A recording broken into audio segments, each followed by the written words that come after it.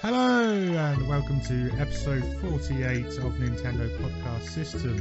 I am one of the hosts. I am Jack Gorn. Hello, how are you doing? And I'm here with Sam Spade himself. Hello, peoples. I am Bax. He returns, but unfortunately we have lost Matt again. God damn you, Matt! I returned. You're gone already. I think it's something you've done. It's obviously just disappeared. What did you do to him? He's such a special snowflake. I can't help that. Wow. Cool. Unfortunately for Matt, it's sort of exam season for uni students, so he's sort of busy studying and stuff at the moment, so he can't make today's episode.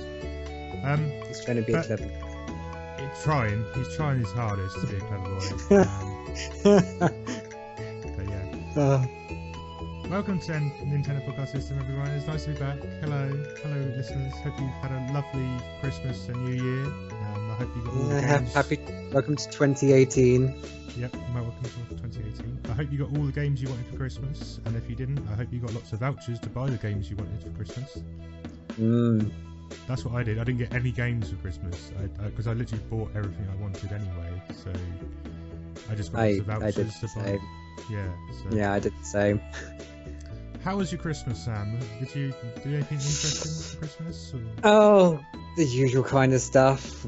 Family togetherness, presents. We went out for Christmas dinner, and just the usual family bickerings and squabbles as it always is. Oh, isn't that every family get together though? Especially for Christmas, there's always a fight at some point. With the Christmas, you're all clustered together and you can't escape, and it's just Yeah, I had a nice Christmas. I was with Kat and her family for Christmas, with the dog and her mum, and sort of just had a nice chilled out one. I got her a couple of games for Switch, so I think she was quite happy. And I got a Fractured But Whole, the South Park game as well for the Xbox. Nice. Yeah, we've been playing through that for the last couple of weeks, and that's really good. I would highly recommend that if you've got an Xbox or PS4 to pick that up. I got they released Ukami HD. They remastered it for it's really good. They've really sharpened it up, and it's beautiful. It's an absolutely beautiful game. I never played the original. I was on the Wii before as well, wasn't it? It was on the Wii as a remaster, but that was that era, and it was on the PS2 originally. Oh, so it's like a remaster then. Yeah, but this is a HD remaster. It's beautiful. It's a lovely game. That's probably is one of those games that deserves a HD remake, just because it's been a long time coming. Long time coming. Yeah. So really good, enjoying it. Yeah, it's good. It's a good game. I would definitely recommend it. I think it's about £17 on Steam. Oh, nice. So yeah, definitely get down there and grab a deal because it's a good game. Cool. I might do that. Did you get anything for the Switch at all, or Nintendo? No, sadly not this year. Oh no, I did. What am I on about? Oh my god, my brother bought me Mario and the Rabbids Kingdom Battle. Very good. That's the game I bought for Cat as well. So yeah, I'll be talking about that later. Oh, interesting. I'm looking forward to it. I have bought a lot of games recently. Stardew Valley has taken over a lot of my life for the Switch. Oh, it will do. I bought it on Steam, and then they announced the Switch port, and I was like, damn it. Oh, I could have played it on the go, but you will sink a lot of hours into it.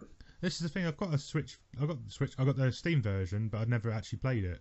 I maybe played it for an hour or so. Never really got into it. But as soon as I've got it on the Switch, I just haven't stopped playing it.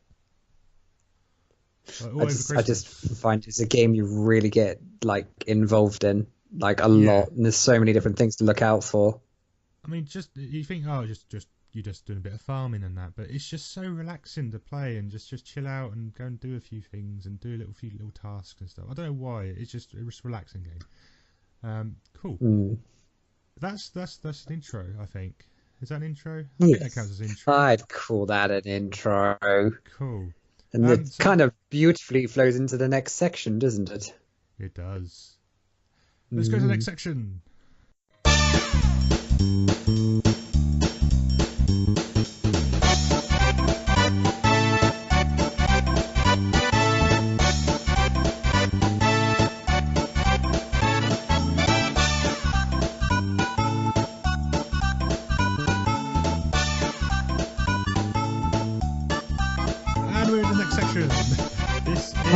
Next section. Oh, that was fast. That was fast. That was like really fast. Blink and I missed it. So we already sort of touched on a couple of games that we've been playing. So Sam, you said you picked up Mario and Rabbids. Yeah, my brother got me Mario and Rabbids Kingdom Battle. I've watched a few like of the review videos, not review, but like just like highlights of it and stuff. I quite enjoying it. It really makes you think, and it's very tactical. I mean, for those who haven't played it, basically, the Rabbids are teleported into this inventor's room, and they start mucking about and causing chaos. And then they set off this special headset that basically merges things, like it'll merge items together, and then like real chaos ensues. And they all then get teleported into the Mushroom Kingdom, and then more chaos ensues, and one of the Rabbids gets merged with the helmet and starts running around accidentally merging things and enemies with more Rabbids, and it gets crazy. And Mario has to go with a Peach Rabbid and Luigi Rabbid to go and deal with all the chaos. Right, okay. And it's a good game. It's very tactical. I quite enjoy it. You have to go around and like get cover and shoot like enemies from cover and stuff, and like your cover doesn't last forever, so you got to keep moving and using your abilities. So it's a really clever game. I can see why. What's the arenas like when you're in the actual fighting areas? What's it actually like in a battlefield? I mean, you have like worlds, and there's like separate sections, and they'll have like blocks, like coin blocks, and then there's like terrain type damage ones as well. I mean, some get a bit samey, but like they at least changed like the layout of how it's done, and then like they'll start involving like pipes and like I said, like the ones that will explode on impact blocks, and there's all sorts of different types, so it's pretty cool. Yes, very good. Like, and then what's like story wise? Is it have you got, how far through have you got through the game so far? I kind of sort of been on and off because I've got like so many different things to play, but I've already found Luigi, so I was like, yes. So I got the sniper. You do find the actual characters from Mario as well as the Rabbids as well. So yeah, I think there's Mario, Luigi, Yoshi, and Peach, and then their Rabbid versions. So I guess I've only got to Luigi, so I'm not like very far, but I'm slowly progressing. I mean, Peach is back at the castle, but she joins, I think, later on in the story. Ah, okay. Does he give you much of a tactical advantage using Luigi, or? He's the sniper, so I actually like the whole like being able to get from a distance, because you can only shoot so far. But with Luigi, you get that extra distance, which is really handy actually. Nice. Sounds good. Sounds good so far. Are you going to carry on playing that anytime soon, or is it on the? I will. I think it's one of those games where I pick it up when I want to be like probably play something a bit more thought out and process. I think that's more of a lunch break sort of game, isn't it? 'Cause you sort of give it a quick half hour here and there. I think it works pretty well for that. Anything else you've picked up and played over the Christmas period, or? I've gone back to games. Like, there's no more like Nintendo games I've bought, but I've gone back to ARMS to play the new characters. Mm-hmm. So I played a little bit more of Loader Pop. There's the new fabric arm guy. I can't remember his name now. Masinga or something like that. Oh God, I'm gonna go with yes, because I don't have ARMS, so I don't really know a lot about it, if I'm honest. Well, the new guy's like got fabric arms, and he's got like these masks that come on with different abilities. Okay. There's a uh, robot spring man. It's just really weird. Like Yes, I did see that. Yeah. he Is that instead the? of like spring man, what happens is his ability is that instead of getting buff like a buff damage buff for when he's at a certain amount of health, I think for the robot springman it is that he, if you sort of stand there and charge up, he gets like a sort of a rush mode, like a hyper mode, Right. so he Okay. does like more damage and stuff, which is really weird. It's kind of like a permanent charge, which is Yeah. interesting.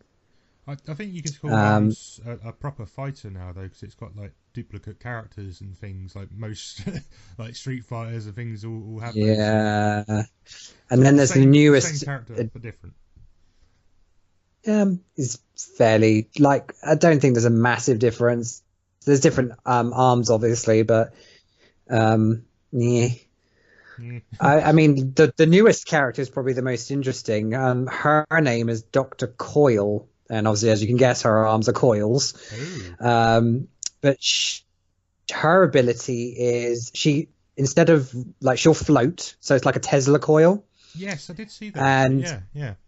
it's quite hard to control because she's very floaty. But Hmm. her ability is that if you sort of charge up enough, she gets on the direction that you're dodging and charging. She Yeah. gets a third arm, like that comes out of her shoulder. So you have Oh. an extra punch to go with. How do you throw that punch? Just when you throw the particular arm side that it's on, so it will throw the extra Oh, punch sort of in a slight delay afterwards. so it's like a double punch on one side kind of thing when you throw an Yeah, arm, or yeah, yeah. yeah. Okay, It's that's like when interesting. if most people would sort of like counteract and punch, but then there's that second punch that's coming in a little bit more delayed after. So it's Yeah. like you've really got to think on your feet when you're fighting Dr. Coil. Ooh, that sounds like quite a difficult one to defend against. So that's an interesting extra Yeah, character to add. yeah, I think it was a really good one, and it adds to like the story and the mystery around like the arms fighters and how they get their arms and stuff, Hmm. and like the evil like monster at the end of a certain difficulty of the main story. Yeah. Okay. So does it change the gameplay as anything within Arms? Is it make it more difficult? Is it easier or It just gives it a bit more diversity, I think, more than anything. I wouldn't yeah? say it makes it more difficult, but I haven't really played the story hard enough to be facing off against Dr. Coyle, so Yeah. I will intend to when it doesn't enrage me to hell. But Do you play it more? Do you play it more online or no, I don't do online. don't do online? I don't think I'd last 5 minutes online. But Man, eh. cool. Anything else other than those? Or What else have I been playing? Carry on, keep playing like Super Mario Odyssey on occasion, trying to get all yes. those moons How because they far are are you up with tricky. that now? About 731 moons. Oh, getting up there then. I think I'm still about Yeah, 600 or so, something around there. So I mean, I like to do each level fully, and then obviously the cubes. Oh sugar, that might be a spoiler. Spoiler alert. spoiler. There's a section where more moons appear later. That's all I'll say. Oh yes, yes. But Okay, I'm with you that now. it's about reviewing again and kind of going back and now doing all that, and it's like having to trawl through all that to get all those ones. Hmm. It's like, oh. Have you completed many levels all the way through? Like collected all the moons in any particular levels, or Um, I probably haven't been checking the list. I just go for what I can see on the map and get rid of hmm. every icon, but there'll probably still be ones I've missed. There's obviously like the challenges of certain ones as well. I think there's a couple of levels I've got them 100%, but then some of the later ones are so difficult, especially on the final mission. It Mm, trying to do this without spoilers, but I think most of the people have played it now. To be fair, with Mario Odyssey, and I think I probably have yeah, mentioned it in the previous podcast, but the darker side of the moon areas, yeah. yeah, they're just so so ridiculous. Some of the jumps and like small jumps and things you got to do on that level to get through. I've struggled in it quite a lot. So I'm gonna give that another go soon.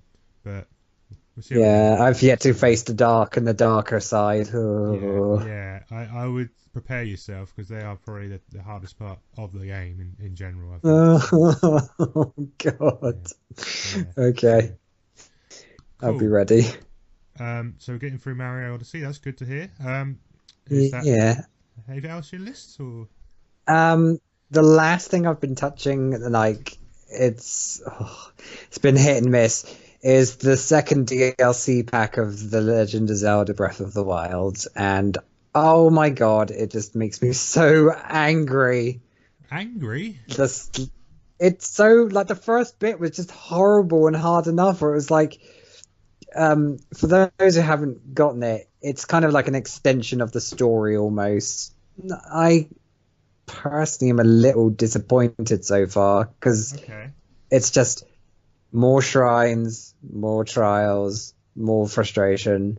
But the first part is that you get this special weapon which kills with one hit, but you die in one hit and you can't heal. Okay. So you can't heal at all? Nope. You heal and they'll just take it away again. It's horrible. Oh. It's truly horrible. Once you do it, it's gone, and it's like, oh, thank God.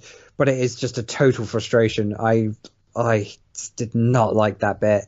And then it's just like I say, it's a slog of different trials and things, and then you get a little bit of story around the characters, and I'm just like, I was hoping for more. Oh man. And then there's a nice big spoiler at the end, which I'll not say. It's something to get that you can use, but it's kind of obvious because there's been a big video and stuff about it. But for those who haven't seen the video, and I don't want to spoil it, there's like a really good thing to earn at the end of it. But it's just like, oh, I kind of wanted more. Yeah. Okay. I've not actually played the DLC for Zelda yet, so I've not any of the DLC, if that matters. So the Master Trials. Yeah, that is definitely something I've got to go back to do. That's on the list, I must admit. Is that everything for Zelda? How far through that have you actually got now? Like, have you done everything in that game now, or is it... I did pretty much everything in that game. Probably just maybe one or two side quests I didn't touch, but other than that, I pretty much did everything. I mean, I've got to probably do the DLC properly, but I just, like I said, I have so many games to play. There's just never 5 minutes to do everything. Do you think it deserves the Game of the Year? I would probably say yes, purely because the story and the mystery and the wanting to progress and the wanting to try different things, I found was a little bit more in depth than Mario Odyssey. Odyssey's great, but it just feels like it's fun to explore and try the new things, but then I think with the Breath of the Wild, there was a bit more of, I don't know, there's a bit more involvement. There's a bit more of like wanting to do everything to progress and start getting all these cool like clothes and abilities and outfits and weapons, and there's a sense of having to pace yourself, and I think that over Mario Odyssey, it felt like there was more to discover and explore. So I think it was close, but I think it probably does deserve Game of the Year over Mario Odyssey, as much as I love Mario Odyssey as well. I think I can probably agree with you there, the way you're sort of describing it. I think the overall game of Zelda and what it's done for the whole series of future Zelda games, I think it's brilliant. The whole, how large the maps were when we first explored them, the fact you can climb on anything was just fantastic, and the fact they keep adding these extra DLC is brilliant. They keep wanting people to go back to it and keep doing more within the world. It's fantastic. But it doesn't want to sort of shy away from how great Mario Odyssey is as well, because it's probably, like, in terms of design, it's visually stunning, but it also gives you the gameplay from the previous games and basically knocks in everything they can into one big mega 3D Mario game. You know, just puts everything great into one. So I think the only thing I'd say is it's kind of a little bit like Super Mario Sunshine in a sense, except with instead of FLUDD, it's Cappy. Sorry, say that again, Sam. You're just you're sort of in and out, phasing in and Oh, out there. oh, whoopsie. I was going to say Mario Odyssey. If it was, to me, it just kind of it feels a little bit like Super Mario Sunshine, except with instead of FLUDD, it's Cappy. Yeah, I mean, it is very similar in that sort of style, but it also has lots of similarities to both, original Super Mario 64, Mario Galaxy. It has sort of like mainly like things like catching rabbits and things like that. Is sort of that was one of those sort of main things in those two games. Yeah. And a lot of the last area in Odyssey is obviously linked back to previous games. Not to spoil it again. And it's just I can't decide between the two what I would give my game of the year. I mean, any other year without those two games, I would give Sonic Mania my absolute game of the year by far. But Yeah. they literally have blown every other game out of the water this year. I think, to be honest, with those two titles. I mean, even with like Splatoon has been fantastic, as the previous one was. As we mentioned, ARMS before, that was a great new release game for the Switch, and it really sold what you could do differently with compared to other games. That just like I said, they literally blown the rest of the games out of the water. So it's great. It's great to see, and I think Ferrari deserves it. Yeah, definitely. One quick shout out to Infendo Radio, who actually gave they gave Super Mario Odyssey the game of the year over Zelda after a massively long debate. So, oh my god! Guys. So it was really enjoyable to listen to that one. So if you listen to Infendo Radio, there's your plug. Go and listen to them. Sam, is that all your lists of games you've been playing over the period? Is there anything else? That's pretty much everything so far. I'm eagerly awaiting the new Shovel Knight DLC. Yes. King Knight. Oh, the last one. Oh, I need to know the story. Amiibos out? The new Amiibos out for that yet, or is that still to come? Not yet. I have eagerly got my eyes on the horizon for those. Cool, nice one. Cool. Yes. Well, if you're done, I'm going to go through a few of the games I've been playing over the Christmas What period. have you been playing, Monsieur Gorney? So, as first mentioned, Stardew Valley, which was just basically farming sim in the same sort of Harvest Moon sort of similarity kind of thing. I think it offers a little bit more than Harvest Moon. Yeah, I love the game. It gives you that more. There's more freedom in Harvest Moon. I mean, not Harvest Moon, sorry, in Stardew Valley. But the fact you can sort of go and do whatever you want for the amount of hours that are in the day. What sorts of things have you discovered that you can do so far? Well, when I first started, I literally just you basically get onto this first weird intro where you're working in an office, and then suddenly you take over your granddad's farm or something. Really weird. Anyway, you go to this farm, and it's basically just a desert area with a few trees and overgrowth all over the place, and you just like, yeah, there you go, there's your farm, do what you want with it. Which is okay, that's good, but how? You get a few items to sort of help you out. You can go and walk around the town and sort of talk to people and get them to become friends, and you can get relationships with some of the ladies, and I resume some of the men as well. I don't know. Yeah, there's a few like areas you could go to. Like there's a little town which has got all the people in. You've got lots of useful things there, like a blacksmith sort of guy who you can go to him to buy like items like mining items and tools. You can also process geodes in there. Yes, you can. And you can you get extra minerals and other things you can use for other recipes for usually things on your farm. You get like bits of copper and iron early on, and then you get like really weird minerals later on in the game for different things again. you can do all that. There's like a floor of adventuring kind of thing where you just go mining and do all this sort of thing in the corner. There's a fishing port where you can go and do some fishing. You can if you go around your farm area, collect as much like wood and stone. You can build bridges within the town to go to other areas which are currently hidden until later on in the game.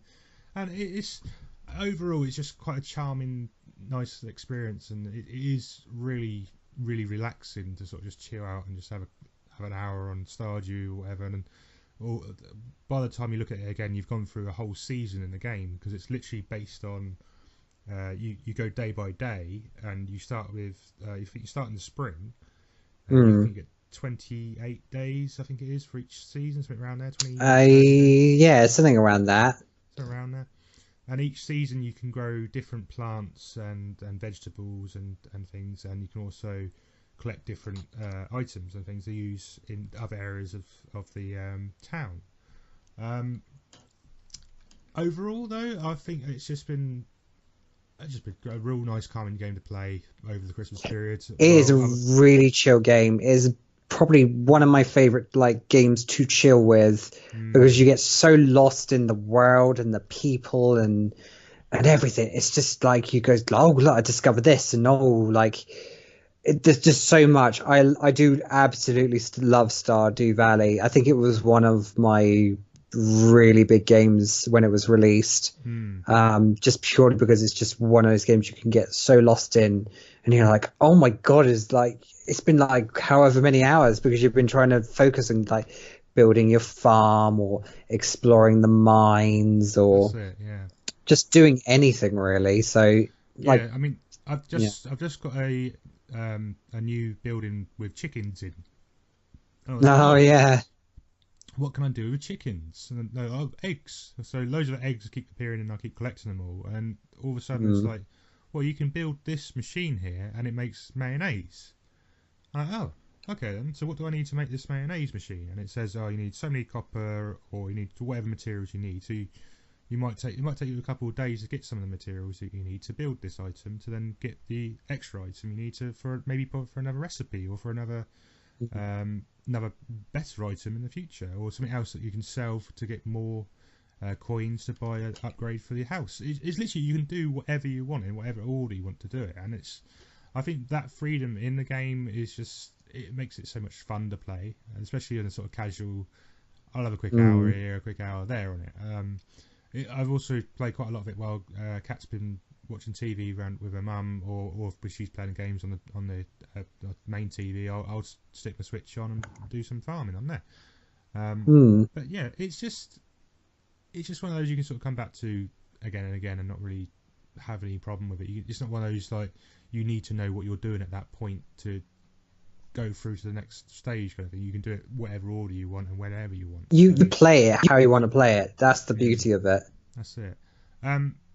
You get one option near the start whether to go to this. There's an extra building in the town, and you can either destroy it and build this Coke thing. Not Coke thing. It's like a big retail shop thing. I can't remember what the retail shop is called, but I think it's basically this big company that wants to take over the town and just turn it into a shopping mall, basically.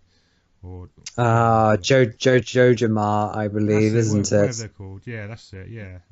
You got two options there. You can either allow them to take over this extra building, and then you just basically buy all the achievements in it, kind of thing, but you don't get the extra abilities and things as you unlock. Whereas when you leave it as it is, you can go in, and each there's 5-6 different areas where you can send items to it to unlock extra abilities and extra items. And I don't know what the overall thing of that will do at the end, but so far it's been quite fun to find all the hidden items and the better items to use in that area. It's an extra achievement sort of hunter sort of thing to get this whole area complete. So that does sort of give you that extra want to play the game and want to do something in it, so rather than just keep farming chickens the whole time. So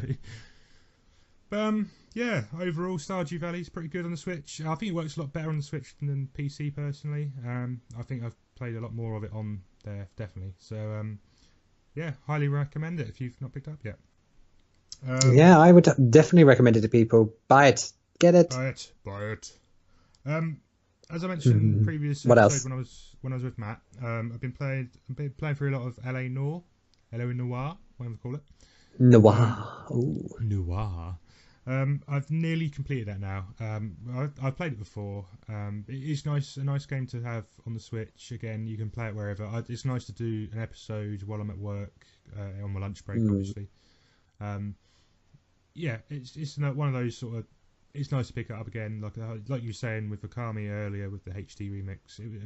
It was nice to play this again in a different perspective. I think it's weird having a Rockstar game on a Switch, on a portable console though, and I think it works really well.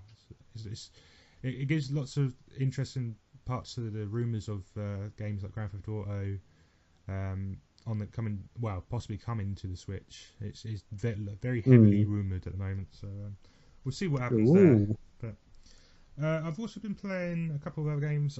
We've been playing a bit of Minecraft recently because with Sai from Norwich, Regen Norwich, he's been opening the server. Yeah, he's been opening the server for everyone to come and join. Everyone's free to join it, whenever he's on.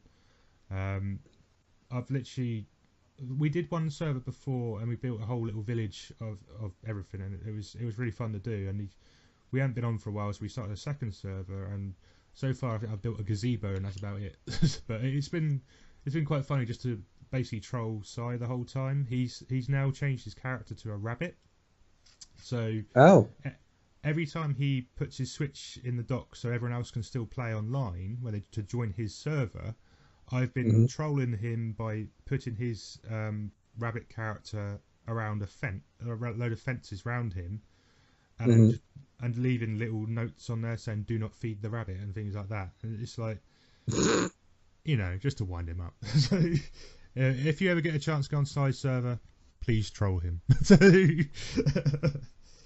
I picked up Jackbox Party Pack 4 on New Year's Eve. Nice. Me and Kat went round to Adam and his family's. Adam from Nintendo Portsmouth. We went round to his family's for New Year's Eve, and we ended up playing a lot of Jackbox Party Pack on there. There's one of my favourite games from. I don't know if you've ever played any of the Jackbox games, Sam. If you know what they are. I've played a couple. It can be very weird and funny at the same time. Just to explain it to anyone who's not played it, basically it's a game you load up on. It's on all the consoles now, and also I believe it's on PC and Steam as well.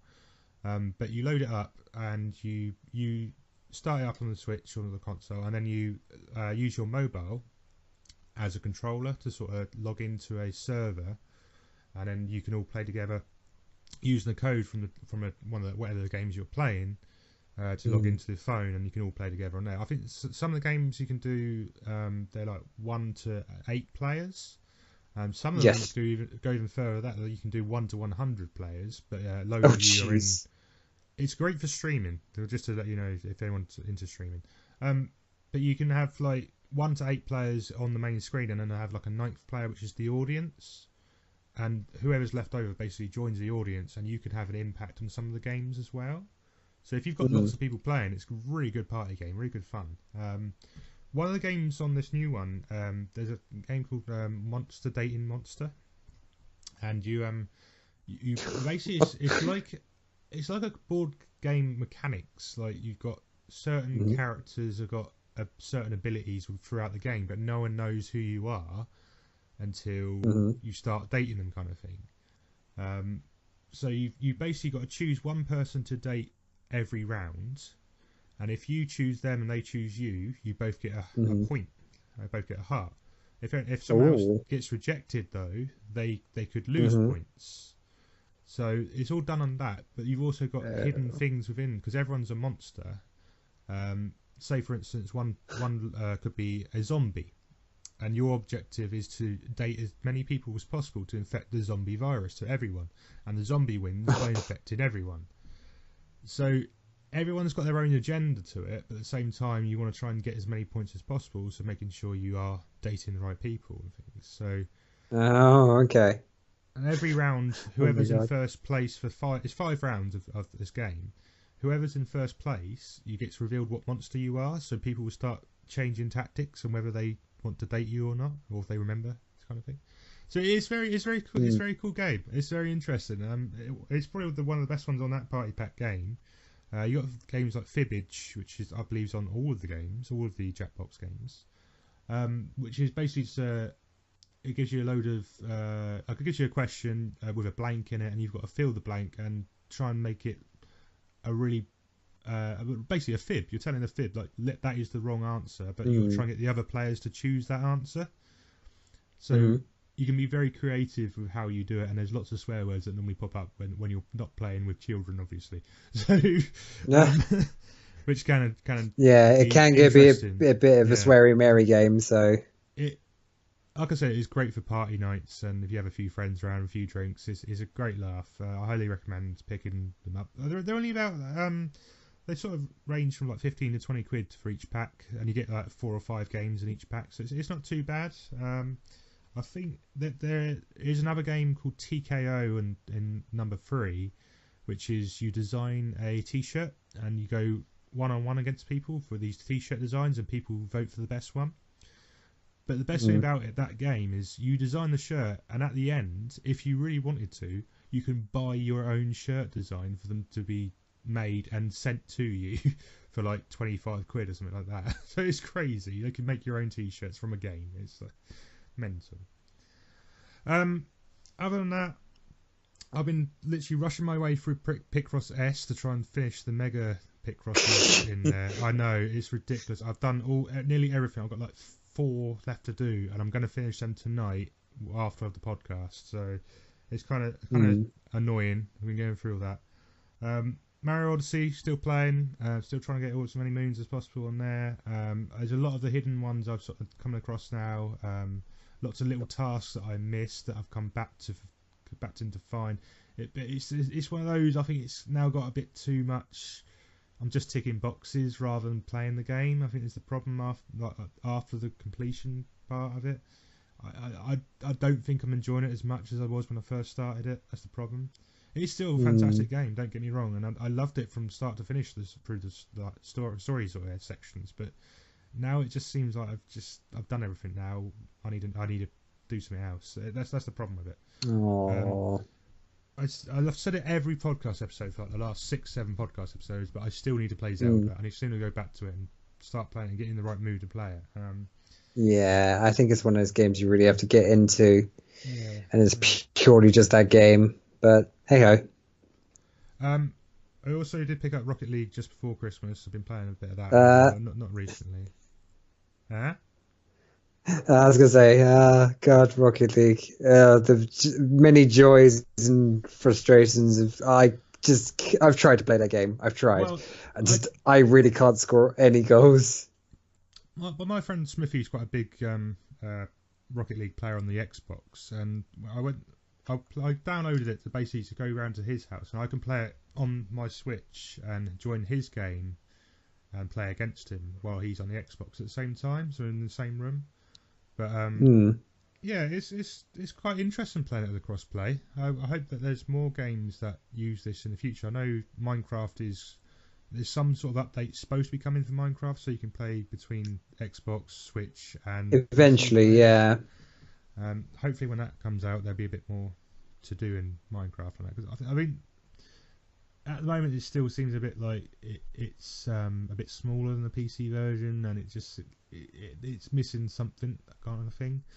But hopefully, with a few more things open up and more people to play with, it'll be a bit more interesting to play. But, I think that's pretty much sort of gone through. We played 1-2 Switch at New Year's Eve with a load of people who haven't played it before, so that was quite funny to try and teach a 4-year-old, I think it's 4-year-old, and a 9-year-old how to play some of the games on 1-2 Switch. I like the gorilla game, which is quite tough to understand at first, and that one's a bit weird. Yeah, but there was a few funny moments when playing 1-2 Switch. And I still see comments like people saying like it's not even a game. I don't know why people buy it. Well, like I said, you have a party or something. It's still a good laugh to watch people struggle with it who've never played it before. It's still good fun. Yeah, definitely. I think another other than that, there's one more two more technically. There's 2 pinball games on the Switch now which you can download for free. Oh. They're not too bad. One called Pinball FX Free, and you get two free tables on that to play. You've got to download. I think you got to download one of them extra, but it's a free DLC sort of pack thing. That's quite fun for like a good, another quick go. And there's another one called Stern Pinball Arcade, which has got 1 extra table on it. I think you can buy more tables to play through DLC packs and things like that. The lovely microtransactions. Yeah, that's the problem. But I think there are some interesting ones in there because there's like Family Guy, like tables and like sort of lots of themed tables like that. So if you're into that sort of thing, maybe you'd enjoy it. I think it's a nice, interesting sort of thing they've added to there. It looks quite nice on the TV as well. Not so much so in the handheld mode, but yeah, pretty fun. Sam, have you played anything of the new mode in Splatoon? Just out of curiosity. No, I actually haven't touched Splatoon, unfortunately, for quite some time. Like I said, so many games, and just Splatoon's kind of fallen off my radar a bit, to be honest. Oh. I know. I'm the same, if I'm honest. I've not really played a lot of Splatoon. Kat still loves it. She still plays it pretty much every day. I think it's just, for me, it's because it didn't, like, the new weapons and supers were cool, but it just didn't really offer what I felt was more than what I was hoping for. Yeah, definitely. So it just felt it's just basically Splatoon 1, but just revamped with weapons and stuff. So I'm just a bit like, oh, okay. I mean, I'd like the salmon run thing. I just wish they'd sort out and just make it play all the time, because it is frustrating, I must admit, because the salmon run is really good on there, and when you log in, you can't such good play fun. Yeah, that's it. So I'm just like, never mind then. But apparently there's something we do with clam shells is the new mode. I've not really played it myself, if I'm honest. So we're literally talking about something neither of us have played. So I can't really say anything about that. But I'll tell you what, I'll play it before next episode, and then I'll run everyone through it, and we'll see if it's any good. I'll try and have a look as well at some point. Yeah, cool. Is there anything like over the last year or so which you think hasn't really got its like recognition on the Switch that other people should pick up and give a go? Is there anything? Well, if we are, I think this is probably going to really sort of a new section, which is like a kind of really like a review of 2017, really. Let's do that. That's a good idea. Yeah. Let's move into the next section now.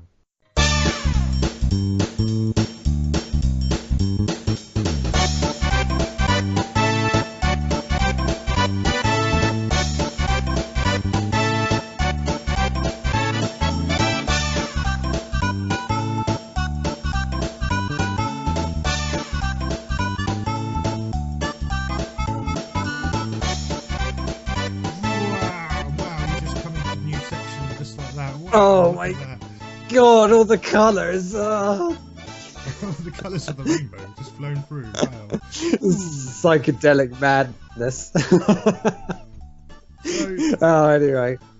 Rather than do like a Game of the Year awards list, because we've missed the boat. We've missed the boat big time, haven't we, Sam? Be honest. Like we should have done this weeks ago, but we've had issues with not being able to find time to record and stuff, and the same old problems. I know. Matt definitely wants to talk about what his Game of the Years are. So hopefully we'll try and get him in within the next couple of weeks to sort of mention something. I've asked him to do a recording, so if I can get him to do a recording, I'll chuck it on the end of this podcast. However, let's just do a review of the year. Let's sort of do it. What we think has been... Yes, this will be a nice sort of reflection of things we've found and games we've played, and even demos, I guess, as well, if there's anything else we can sort of keep in mind. Because 2017 altogether has been a fantastic year for gamers everywhere, not just the Switch, like Xbox and PS4. Steam games. That it's been an absolutely fantastic year for games all over. Yeah, definitely, I agree. It's had quite a diverse thing of like diverse build, new things being tried, old things being remastered. Yeah, God, I don't know really where to begin, to be honest. Where do It's we just begin like, with damn. this? I would say let's start with like the Switch reveal was sort of quite early on in the start of 2017. We knew of it through a direct in November. The announcement of when the date was in literally around January, February time. And then the console was literally out by, what was it, March? Was it March? April? Something around there? Am I thinking right? Yeah, about March. Start March. So the first thing that I think Nintendo definitely got right this year was the fact that they told us release date, and within the space of a couple of months, we had it in our hands. It was just like how quick they did that without anyone really knowing much more about it than what was said. It was great. Of course, the early problems which started with it was there was no games. There was Zelda, which is the one everyone picked up. There was 1-2 Switch and Bomberman, and a couple other little indies, and I think there was a Square Enix game here and there. But if you look at the Nintendo Switch at the start of the year compared to what now, what a difference that has made. How there's over 250 games on the console now. Yeah, I think Nintendo did a really good way of staggering all their games, not just their main own titles, the indie games, the third-party games, everything. I think they've done a better job, and they've learned from the mistakes of the Wii U a little bit. And I mean, we've got to give them praise there, absolutely, because definitely, rather than say, like, here's 3 Nintendo games out the first day, you might not necessarily have enough money to go and buy all 3 of those games on the first day, so you might have to choose between. I'm trying to think of an example, because when the Wii U came out, you had the choice of Pikmin 3 or Mario U. Is that correct? Super Mario Bros. Yeah. And I know a lot of people overlooked Pikmin because everyone just goes for Mario. Mario was the game that everyone wanted. So I'm like, okay, so you guarantee everyone wants to play Zelda. Zelda Breath of the Wild, everyone was wanting it for months. It was just so early in development that it was shown via Direct that everyone was clamoring to get it. And as soon as it was announced that it would be coming for Switch out in March, it sold consoles easy on its own. But like you're saying, the staggered releases of Nintendo games, like one every month, was brilliant. Absolutely brilliant. Much better way of executing it, I think. So the fact we had, was it Zelda first, then ARMS? I think Zelda, then ARMS, then Splatoon. Oh, Mario Kart, then Splatoon. Yeah. So within the first 4 months, you've got like 4 or 5 really proper good releases there from Nintendo. They're all first-party titles that have done really well. ARMS sold over 1 million like straight away. Is great for a new title release. Splatoon just did its sequel. I think it's. Go on. Oh, I was going to say, I think it's really good for, especially for something of what could kind of be classed as its own sort of like. Its own sort of genre of game. It's fighting, but it's not, because of the whole like the different styles of arms and hands and abilities, and I think it really is kind of a genre of its own. I think the only problem ARMS has had is that because it was sort of sandwiched in between Mario Kart and Splatoon, 2 games that people already knew about and had possibly some of them had already played before. Maybe ARMS was slightly overlooked in that sort of section. Maybe it could have done better. Yeah, a tiny bit. Although Mario Kart didn't bring too much more to it. No, like it was just literally like a few more races. Battle mode was the main addition. Battle mode, double items and the boost bar, extra boost on corners. But that wasn't used on many tracks anyway. But then they, like you said, indie releases. Minecraft didn't come out not far after that. FIFA was pushed as one of the big games to have, but even if it wasn't that great, at least they're showing support for the third party to come in and like show off what they've got. Still supporting Microsoft and Mojang to bring Minecraft is great. What Mario Odyssey near the end of the year as well, to like sponge off of those sales kind of thing. I hope they continue it out for the rest of the year. That's all I can say, because though this month we haven't really had anything from Nintendo themselves, it's been really quiet, and we're still waiting for this Direct to come. Where is this Direct? Where is it? I think this Direct will hopefully bring maybe like how could I put it? Almost like a flow of what is going to be expected, which I think we'll probably discuss in a little bit. Yeah. But hopefully it will give us a better expectation of what's to come for 2018. So yeah, definitely. I agree. It has been quiet, but there's probably good things to come. Speaking of which, probably another review of 2017 that I was going to say is the Bayonetta 3 trailer. Oh man, I bet you are excited for that. My friend told me I was literally screaming and shouting in excitement. I cannot wait. And also Bayonetta 1 and 2 to come to the Nintendo Switch. I was so excited. They've already put the pre-orders up and I was in there like a shot. I kid you not. I was like, I have to have it. I've heard a lot of stories about this actually in the last couple of weeks about Bayonetta. Bayonetta 2 was offered to both Microsoft and Sony, and they both turned it down before Nintendo took it over. They basically paid for the whole development, partial parts of the development of the game to be released exclusively for Wii U, and that's why the that's why the team are now actually like willing to make the game on the Switch as well, because they think Nintendo have done such a brilliant job to help them get it onto Wii U. They're going to keep supporting them with the next games as well.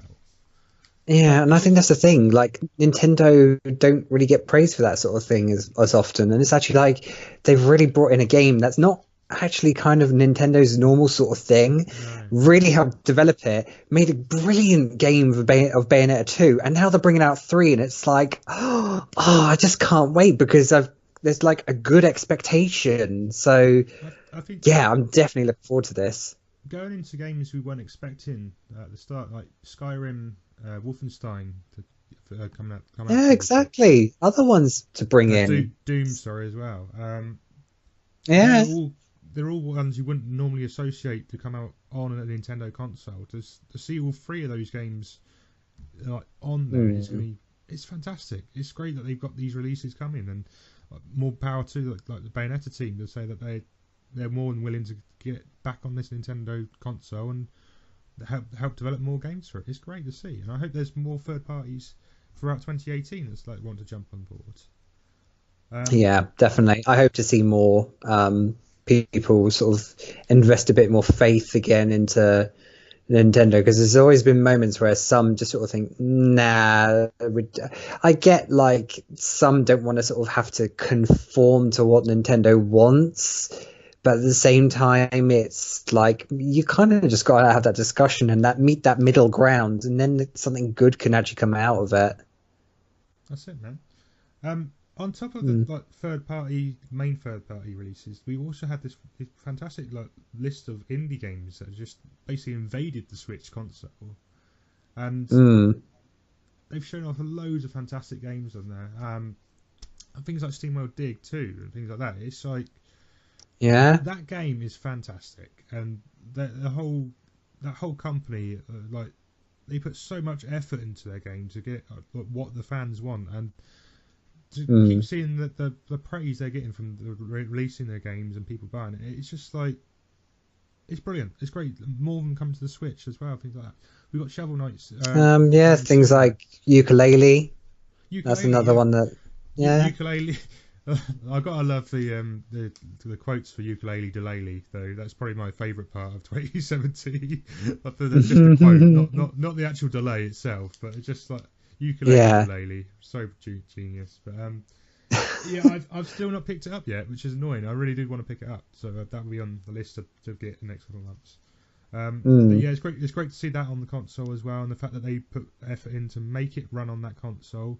From what I heard, what I heard of the original first attempts to get it onto the Switch, the how it was run on the Xbox and PS4, the same software or however it was made was not running on the Switch. They could not get it to work. And from what I've heard in the background, they've literally had to rebuild the entire game to get it to work on the Nintendo Switch. And it's like you got to praise that effort, and that sort of, and I understand why it's still at that £30 price mark. It's still a little bit expensive for a lot of people to say, and some cases you can agree, but at the same time, if it supports that team to continue development into more games, I'm more than happier than that, because there's a lot of fantastic talent in that former Rare studio in Playtonic Games. So. Yeah, Playtonic. I mean, fair play to them. Yeah, it's great. It's great to see that there's the support still there. I'm trying to think of other indie games off the top of my head. I know there's a lot that I'm looking forward to next year, but I want to mention that in the next section. I know this is probably a very short section now because I'm trying to think of what else was the review of 2017. Did you pick up anything for the 3DS, Sam? Anything at all? No, I mean, the only thing I really picked up was Miitopia, which I thought was quite fun and quirky. But once you kind of got past the story, it was just like, oh. Although it was nice to sort of include all my own characters into the game and chop and change at my own sort of pace. But yeah, I probably didn't really pick up too much for the 3DS. The thing, the Switch came out and it's been overlooked. Yeah, it's been overlooked. I don't think my 3DS has been powered on for 3 months. So that shows how much I've been playing the Switch. But at the same time, there has been some good releases for the 3DS, especially the likes of Ultra Sun and Moon, which has only recently just come out. I've not picked it up and played it myself, but I am intrigued by this Rainbow Rocket. After you complete the game, there's extra bits to it, and Rainbow Rocket is one of the things you got to fight against. So I'm interested to see how that all plays. And it's the return of Giovanni, isn't it, or something? That's it, Return Giovanni. There's extra. What's the monster? Oh, what are they called? The not legendary. Ultra Beasts. Ultra Beasts. That's it. That's the one. There's more Ultra Beasts in Ultra Sun and Moon. And there's also, when you say more, how many are we talking? I'm not 100% sure, to be honest. I was quoted 4 or 5, but I don't know if that's correct, so I'll have to double check that. But if you know, let us know on our Twitter page. Wink, wink, nudge, nudge. But there's also the fact that you can go and battle every one of the legendary Pokemons from any of the other previous games as well, and things like that. I did see about that. It sort of intrigued me quite a bit to do that.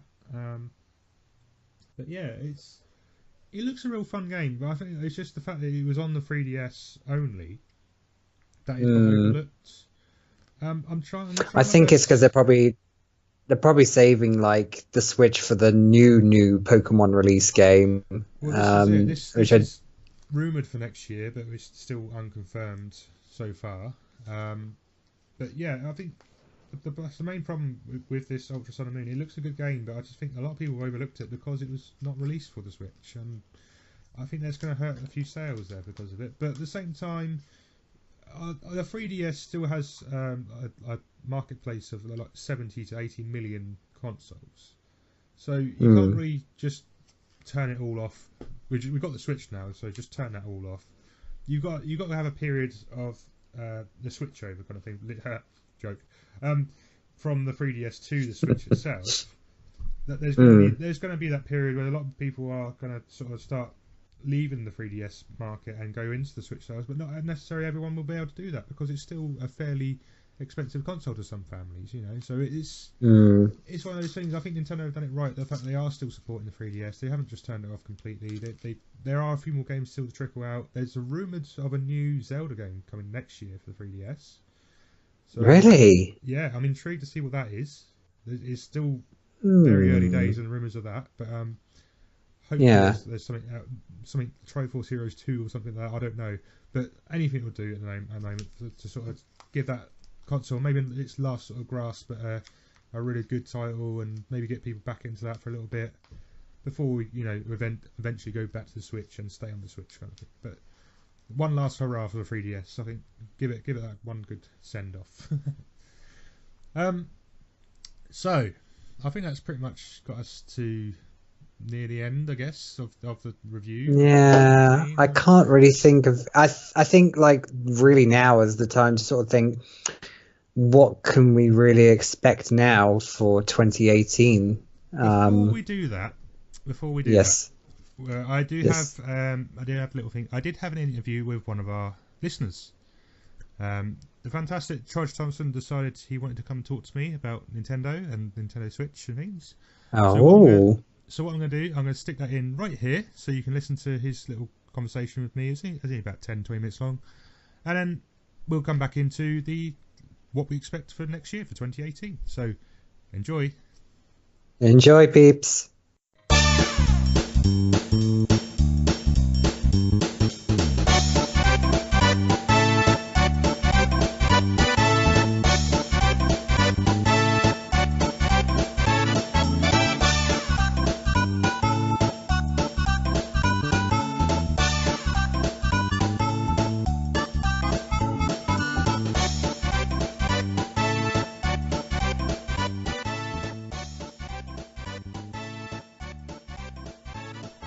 Hi everyone and welcome. This is a very special sort of mini episode of N Podcast System. I'm just recording loads of little interviews with as many people as I can, just to sort of get their thoughts on Nintendo in general and the Nintendo Switch.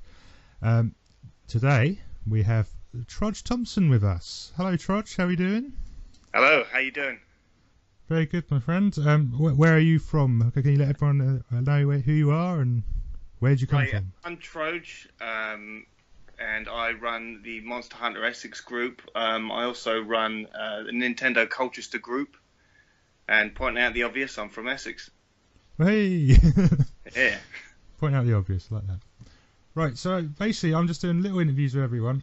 And the first thing I'm going to ask you is, what are your thoughts so far on the Nintendo Switch?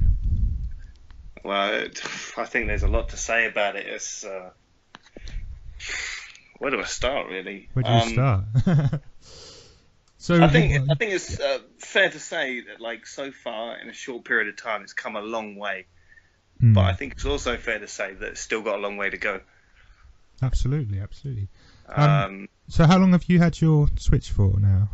I was actually a bit of a latecomer. Actually, I only got mine during the summer. Okay.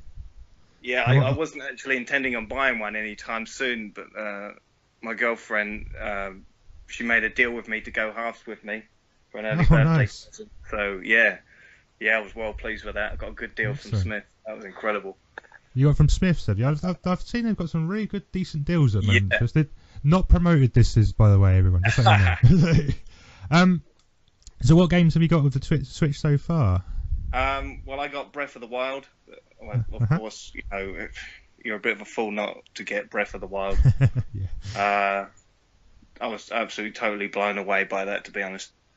It's such a massive world you have to explore. Oh my god, it was incredible. I mean, I would assume, like everyone else, I put in 100+ hours. I've seen people on my friends list, some of them have put in 800 hours. Yeah. I could probably understand that, because it is incredible. I believe the Champions amiibos should be turning up tomorrow for everyone. Yes, they're on the way for a few people. Yeah, so, but we won't be able to use those till December, I read, because the DLC isn't out. Yeah, I think I read somewhere the DLC isn't out till December, which I'm a bit confused about. That's a bit annoying. But yeah, that game was that game was incredible. Have you finished all of it, or are you still playing through? I've completed it, but I'm not a completionist, as in going to do all the shrines and collecting all the seeds, etc. Yeah. However, I will. Yeah, but like I'm definitely gonna like pick it back up sooner or later. Yeah, I mean, I started playing it. I've played it quite a long way through, and I just enjoyed so much many of the mini tasks and things rather than the actual playing through the main story. I think I still haven't fought against Ganon or anything. Still need to go back and do that, which is terrible. I know, but I think I just got sort of burnt out on it after a while. And I know what you mean. Yeah, it's a game you definitely have to take your time with.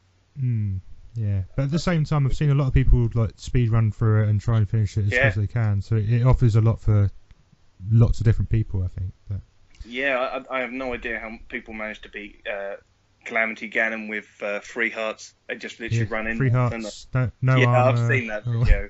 That was absolutely crazy. I think it's very different from like the previous Zelda games. It's like a I wouldn't say totally new formula, but it's certainly very different. Yes.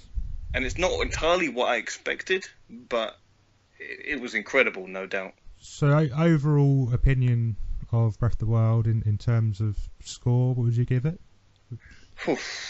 Or is that too hard to answer? I would honestly say a 9 is too low, but a 10 is too high. So I'd probably say, like 9.5. I would say a 9.5.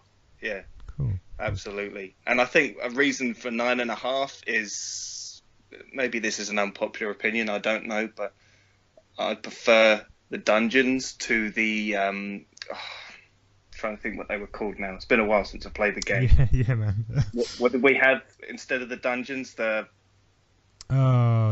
beasts, basically. Yes, the divine beasts. That's it. Divine beasts. Yeah. I mean, they were okay, but I much prefer the nostalgia of the old school Zelda dungeons. You know, I much would have preferred like an old school Zelda dungeon to the divine beasts. Yeah, I mean, a lot of people were saying a lot of the same things about that. The dungeons were sort of a little bit short, maybe, and maybe not as challenging as it could have been. But I think they do offer something unique at the same time. Though, oh, absolutely. You can't deny the fact that they were good. You can't deny the fact they were a good addition. But I think you know, the old school Zelda dungeons are still better, I think. Cool, nice to hear. So you say you picked up that. What other games have you picked up for the Switch? Trying to think. I got some digital games as well. I picked up Snipper Clips, which is pretty. Yeah, I played a lot of that at some of the meetups actually. Yeah, I think it's possibly one of the best local play games there is for. Yeah. Oh my god, that was. Do you know, I was hooked as soon as I played the demo. I played the demo and I was just like, I got to get this. It's it's so much fun. I played the demo and I played the main game with James and Kat, and after that I think I just never actually bought it. I don't know why I didn't buy it, but with the Plus version coming out very soon for a pretty cheap price from what I've seen, and this is about £20, £25 around there. I'm probably going to end up picking that physical edition up. Yeah, I only found out today that there is a physical copy of it. I didn't realise. So I might do the same. I might pick it up at some point. What's annoyed me most with these extra physical copies coming out is there's a Sonic Mania physical copy. What, for the Switch? For the Switch coming out, and I just don't know what to do, whether to buy it or not. And I really want it, but I don't. Damn, because that's another game obviously I've got as well. Knowing that, I would have waited for the physical version as well. Yeah, I mean, I don't think I could have waited this long for it, to be honest. But it's like, why couldn't they do that at the start? I would definitely have thought it, you know. But never mind. Is there any other games you got? You say you got? Yeah, I mean, you brought it up, Sonic Mania. I'm embarrassed to admit this. I've really not put too much hours into it. I've maybe played for about 1 or 2 hours. I've got sidetracked by personal life, and then I just kind of forgot about it. Yeah, really? that happens, unfortunately. Yeah. But I just remember playing this level. I'm pretty sure you guys talked about it in your podcast. Literally, like, coming out the other end of a pipe, and all of a sudden I'm playing Robotnik's Mean Bee Machine. I'm like, what? That's probably one of the best parts, I think, of that was brilliant. I was just like, what is going on here? I just didn't expect it at all. Yeah. And I tend not to read about games before I play them. So I surprised myself, and that was a fantastic touch to that game. I must admit, I did try to avoid all spoilers anywhere for Sonic Mania, and the same for Mario Odyssey recently, but it is getting very, very difficult to avoid everything now. I think because I follow so many things on Twitter and Facebook, I might see a glimpse of something and try and avoid it. It's getting much more harder to try and avoid all these spoilers. But overall, I think that is something that it was a nice surprise, and I think Sonic Mania is just such a nice gift to the actual fans of the both traditional and actually more parts of the modern Sonic games. There's what sort of added bits and parts of everything there, but overall, I just think it's such a fantastic game. I mean, it's certainly hits the nail on the head when it comes to nostalgia. Absolutely. I can't really speak too much on it other than that because I've not played it all that much. Of course. I mean, I've played through and completed it both on the Switch and PC versions because I was doing recordings for it. But it's amazing. I love it. That was awesome. So, is that your whole list, or is there anything else? A couple more games. Well, one of them's not a game, but obviously being a big Monster Hunter fan, I created a Japanese account and managed to download the Double Cross demo. Okay, yeah. Is incredible. And I am very jealous for the Japanese. Oh man, it's so good. So what's different in the Switch version compared to the 3DS version? Do you know? Or? Well, just being able to play it on the big screen. Yeah. We've been able to do that since 3 Ultimate. Mm-hmm. And in the demo, there's an additional monster that's not in Generations that you fight.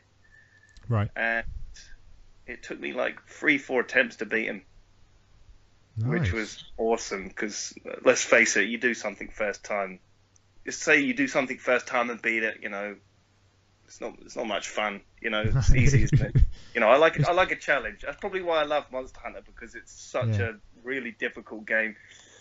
And, can you play that on multiplayer at all on the demo, or is it? Local you can, yeah. Local. Oh, that's cool. That's nice to know. Yeah. Cool. So you'll be if that comes into any time soon into Europe, would you be picking it up straight away, or? Oh, I think you already know the answer to that question. Yeah. Or are you just literally going to download it from the Japanese market? Oh no. Do you know what? I actually thought about doing that, but I'm not sure I can be bothered with the hassle of translating it. Yeah, that is the problem with Monster Hunter. There's a lot of text to go through on that game and try and understand it, I think. But maybe that can put people off in some cases, the game. I don't know. But it's to be honest, I think that's the reason why I haven't got it. Okay. Is the language barrier, basically.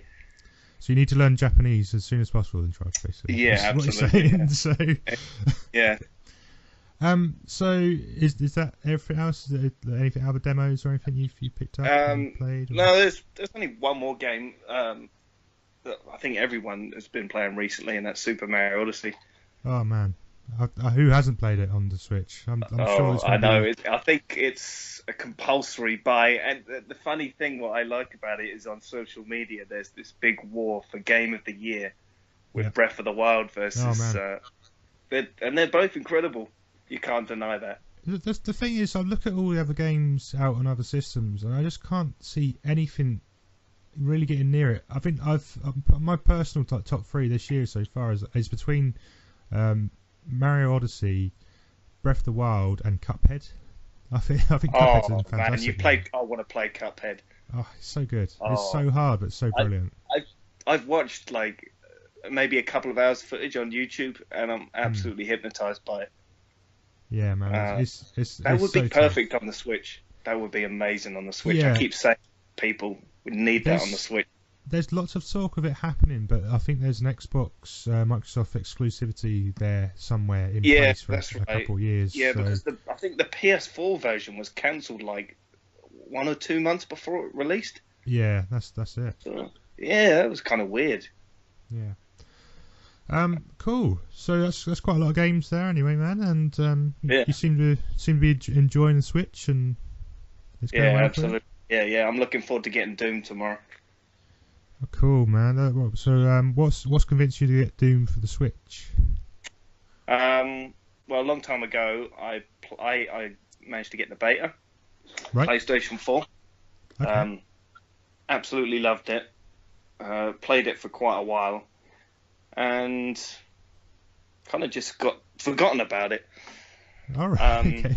I always had like, in mind like I was gonna buy it, and then like as the game kind of got older, I figured that ship's probably sailed by now. I don't know whether to get it, and I'm still toying with the idea. But now it's come to the Switch, I was like, I'm getting it now. It was a good time. To get I sort of missed the boat on both Doom and Wolfenstein. I don't think I even looked at either of them, and ever since I've seen the trailer for Wolfenstein 2, I've been like, I need to play these games. This looks amazing. It's just I can't wait for both Doom and Wolfenstein 2 to come to the Switch. I think it'd be fantastic to play in a handheld mode as well as... Yeah, that's what I mean. Like, just that sort of like power in handheld is just unbelievable, I think. I do question how well it will run in that mode. That's the only thing that's sort of given me a little bit of a what's going to happen with that kind of thing. But I mean, already I read on Nintendo Life that there's upon release there's a 25 gigabyte download just to play multiplayer. All right, they have done it separate though, haven't they? So yes. Yeah. If you just want to play just a single player, it's a lot less than that, I think. Yeah, that's right, yeah. And this is one of the other major problems with the Switch, is because the memory, you need to basically get a memory card for it. Yeah. Which isn't a bad thing, because you can just keep putting more memory cards in there and fixing it, but it does get expensive after a while with how many you've got. And yeah, it is, yeah. I think if you do some digging around on the internet, some good deals on SD cards, to be fair. I'm waiting for Black Friday to see if there's any decent deals coming up. Yeah. I'm actually considering getting the big 200 and something gigabyte one, but it's 150 quid for it. I'm like, ooh, it's still might be a little bit over my budget. It might be worth it on the long run, you know. Yeah, that's what I'm thinking. Yeah. I can use it for other things as well, so it's interesting. Okay, so we anticipated for Doom. Is there anything else that you quite anticipated for in the next couple of weeks or so? Or? Off the top of my head, I can't think of anything else right now. I think this is kind of a bit of a problem at the moment, because there's so many great games on the Switch now, over the last 6-7 months or however long it's been now. Yeah. But it was just like there's nothing really planned in the future for quite a while. Yeah, that is true. We do have there's a Yoshi game coming we know of, and Metroid Prime is happening apparently. Yeah, Metroid Prime's on my pre-order list. That is one of my top games I would definitely be getting. I really enjoyed the Metroid Prime series, and that is definitely. I've only actually played the first Metroid Prime game actually, but I loved it. You can pick up all three on the Wii U if you haven't tried it out. That's why I picked up. I remember getting that on sale actually a couple of years back actually. Yeah. And Brad playing the first one. Not a massive fan of Metroid, but I like it. I'm not a hardcore fan. That's what I'm not a big fan of the 2D ones, to be honest. Yeah. I might have just upset most of our listenership there. But I do really enjoy the 3D games, so I'll definitely be picking that one up. Yeah, it's got like an old school feel to it. That's what I like about it. Absolutely. Okay, so of your games so far, what is the best game you've played? I know this is a very difficult question. With you could put it is because the two obvious ones stand out. I mean, it's very typical of me to say that the two that stick out are Breath of the Wild and Mario Odyssey. But I gotta go with Breath of the Wild, to be honest. Yeah. Yeah, definitely. That game has just totally blown me away. And is there any games you could say are the worst game you've seen or played so far? The worst game? A harder question. Yeah. A That's a tough question because That's a they're tough all question. pretty good. Do you know, I played some demos. I can't even remember the name of them, and I played it for like 2 minutes and thought, no. Oh man. I can't even remember. It was a 2D platform. I think it was Namco Bandai game. Right. I can't even remember what it was called now. That's cool. No, that's not a problem. Not a problem. Okay, so you're quite a massive listener to our podcast, though, Troj, aren't you? You've been listening pretty much for 2 years or so. You've been going. You must be like one of the most committed fans we've ever had. Yeah, I'll probably say I'm probably your biggest fan. I would go as far as to say. Ooh, there's a few that would definitely like to fight you for that crown, I'm sure. But talking of crowns, I did give you a crown fairly recently. You are the king of memes. Oh, the king of memes, yeah. The king of memes. Yeah. Because he's just constantly just like sending out memes every single day on Facebook. It's so good. I love it. I mean, if you got me on social media, you'll see like everything on my Facebook is like just really humorous and jokey. But I'll tell you right now, that doesn't actually define me in real life. To be honest, I just don't take. Well, unless it's like for my group, Monster Hunter Essex, I take that very seriously. But my own personal account, I don't take that very seriously at all. Of course, man. Of course. I think sometimes it's just fun. Yeah, I think sometimes people look at my account and go, "Oh God, he's a bit weird." He's doing more memes again. Oh. Yeah, that's it. Yeah. So, talking about the podcast. Yep. What has sort of drawn you into listening to us for so long, and why? Well, I think like the chemistry of you three, first of all, like works perfectly. Oh man, that's just like you're too nice. You're too nice to us. Yeah, I mean like you're all quite different in your ways, but you're all very similar in other ways as well. I've always said like the age gap between myself, Sam, and Matt does make it like quite an interesting aspect. The fact that we can talk from different generations sort of views. Yeah, definitely. Yeah, because I'm near enough from your generation. Mm-hmm. I grew up with a Game Boy. Yeah. Yeah, that was actually my first ever Nintendo console. Actually. My first, but I had the Game Boy and the Game Boy Color, my first sort of main consoles. But we always had the NES sort of hiding in the background somewhere, you know. So. Yeah. Quite often played on there as well. I was quite late to the home console. My first home console was actually an N64.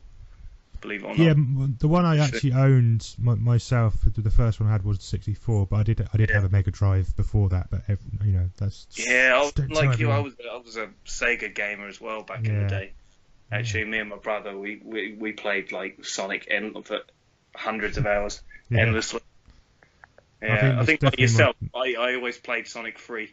Yeah. Oh, good. I got someone actually agrees with me. Yeah, yeah. I mean, I like them all, but I think because like number 3 sticks out quite vividly in the memories for me. Yeah. I'm hoping I can get Colin from the Nintendo Voice, whatever their podcast's called now. Nintendo Podcast Voice? Oh, I can't remember what it is. Anyway, I'm hoping to get Colin on because he constantly berates the fact that he says that Sonic 3 is like a bad game. And I'm just like... Awesome. No. I mean, like, my brother, he absolutely loves it to death. He's not even a big gamer. But I remember when we went on holiday last year to Cyprus, and I bought my DS and games. And it's like, he was just sort of looking through my games as he was bored one day, and he saw that I had the Sonic Mega Collection on the DS. Oh, man. I said, Sonic 3's on there if you want to play it. And his face lit up like a Christmas tree. And he literally played it until he completed it. It's quite funny. It's you're saying that. A friend of mine, I sit next to at work. He got a 3DS with that game on it. And, he said, "Do you want to give it a go?" I was like, "Well, yeah, go on." And I gave it a go, and I finished the game in the space of like an hour of lunch break. So I was like, "Whoa!" Good. Yeah, so quite committed to that one. So. Yeah, cool. So I think that sort of wraps it up for us, to be honest, Troj. Is there anything you wanted to shout out about for any of your social media or groups? My mind's gone black all of a sudden. Shout outs, you say? Yeah, shout outs, man. Have you got any? Well, definitely shout out to the whole Monster Hunter Essex community. it would be unfair to pick out names. They're all awesome. You're all awesome. Thank you, Monster Hunter Essex group. You're amazing. And of course, the groups that are near to me as well. I was going to say Street Pass. They're not called that anymore, are they? Nearly. Nintendo Southend and Nintendo Basildon, absolutely awesome groups. They're just their hospitality is they're so welcoming. So new people and the current members that come. Yeah, man. And I do, I work quite a bit, but I try to attend their events when I can. Of course, yeah. And I always end up having such a laugh. It's always worth a go, and there's hundreds of groups all over the country. So if you are interested, look up Nintendo Players groups, mainly on Facebook now. I think is the best place to find them. But you can find one near you somewhere. Yeah, I tell you what, if travelling wasn't a distance, I'd attend all these meets. Yeah, this is my aim by the end of the year is to be able to drive, so I can actually go to some more events like this. So this is. I've actually been very tempted to drive to Southampton actually, but it is quite a drive for me. We haven't actually done many events for ages to Southampton because it's just there's been loads of issues with that. But okay. If not, there's also Basingstoke, Portsmouth, and mainly them two, to be honest, that we sort of go to. But there's also Reading just down the road from us as well. Yeah, so, I've actually been invited to the Reading one. And again, that is quite far to go, which is, that's the only off-putting thing for me about going is just the distance. But, maybe we'll see you there, one of them in the future, or maybe I'll come over to your way and come and meet up with you. Yeah, that'd be awesome. Soon. Yeah. I'll try and drag Sam and Matt with me, and that'll be a bit of a meet up. That'd be cool. Yeah, or London's probably a good halfway point. Or London, yeah, we can definitely do that. Yeah. I mean, I make the occasional trip to London. Cool. As well for meetups there. Cool. So I think that wraps it up then. Thanks very much for Troj. Pleasure. It's been having me on here. Oh, it's all the pleasure's all ours. Absolutely. It's just great. We've got people like yourself who's so nice to actually come and say that you're enjoying the podcast, and I absolutely love it. It's nice to get feedback, man. We really do appreciate it. So cool. Pleasure. I'm going to keep listening.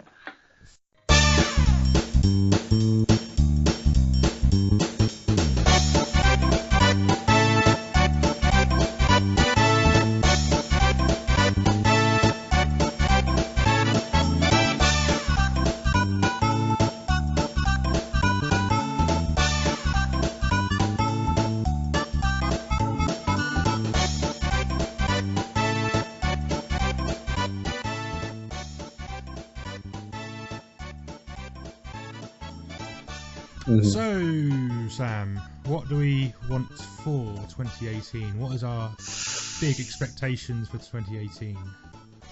Oh, I think Nintendo are really going to have to try and keep the ball rolling now. If I were to make an expectation and almost a prediction, I get the feeling they might have some secret sort of IP that they've got right up their sleeve ready, but they've literally released nothing. I think we might even see this in the Direct, possibly. Ooh.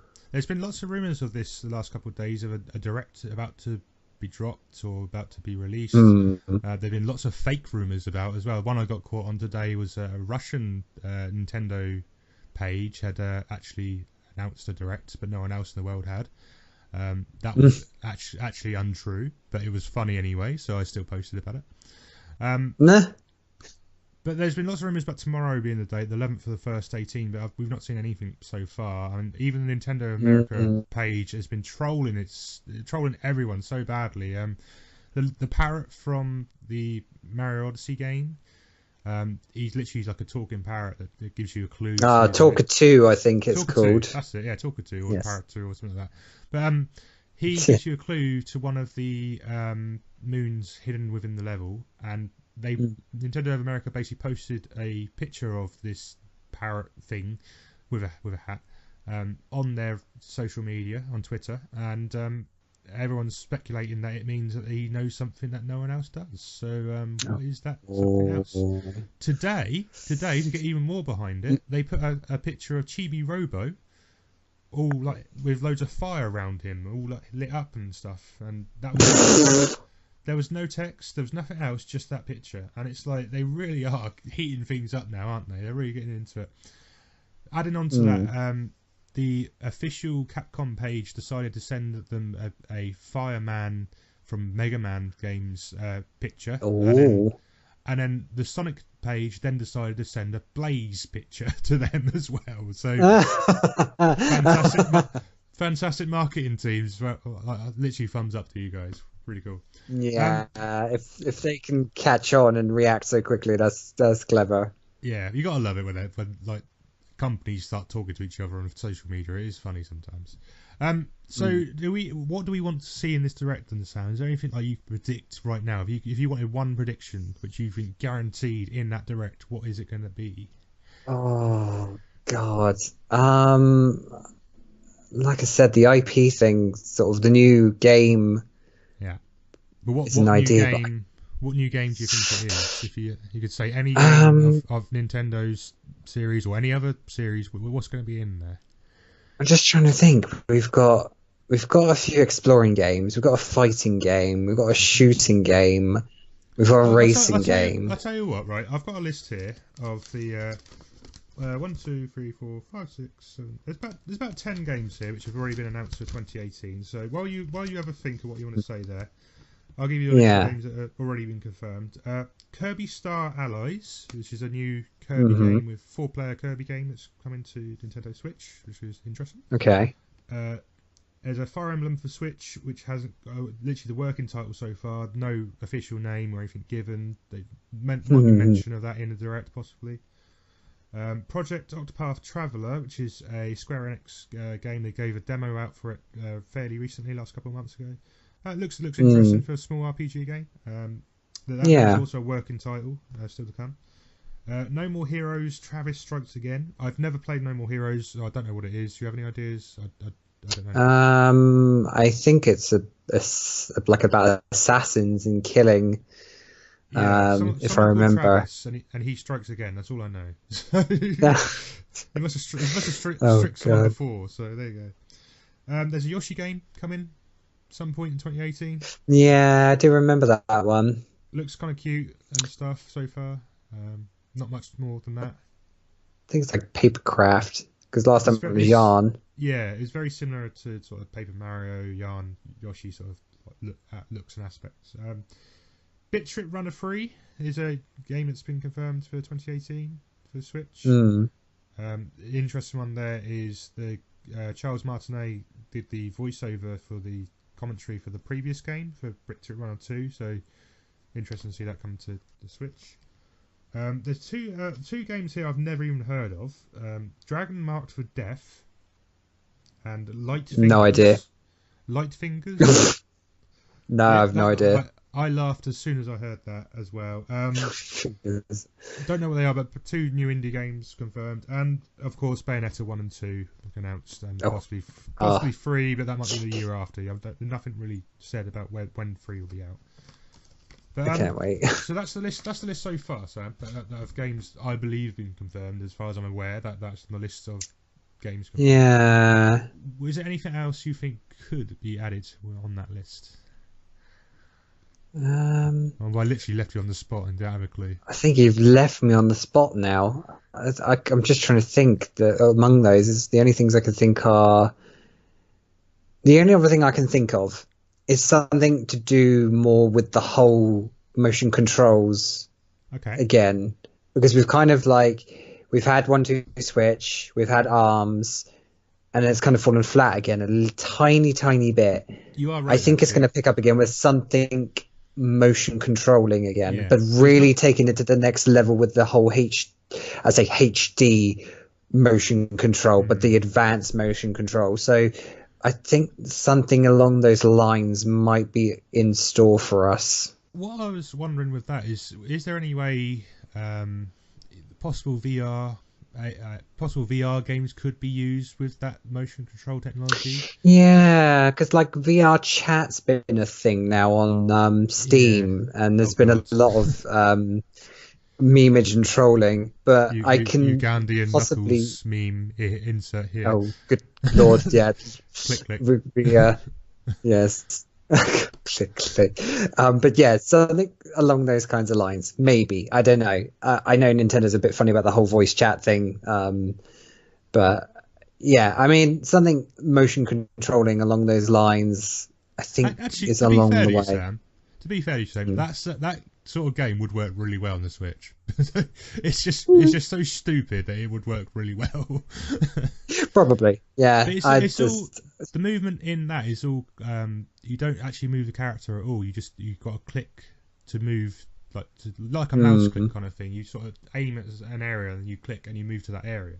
So there's no actual head movement really required that much, and it is within the VR versions on Steam and that. But I don't think you could probably get away with it just by moving left and right with the two Joy-Cons. It could work in a way, but I think you are right that there's been no real use of that technology that much by many other developers other than Nintendo themselves. So I'm wondering if there is something that could be used. I know Metroid could possibly be one that may use them in the future. Yeah, that would be cool. Oh yeah, of course, Metroid 4. Yes, Metroid 4. I don't think. Are we going to see more of that? I don't think it's coming this year. I know traditionally Nintendo, like I suppose with Breath of the Wild, they showed it like literally the year before, and it was out the following year.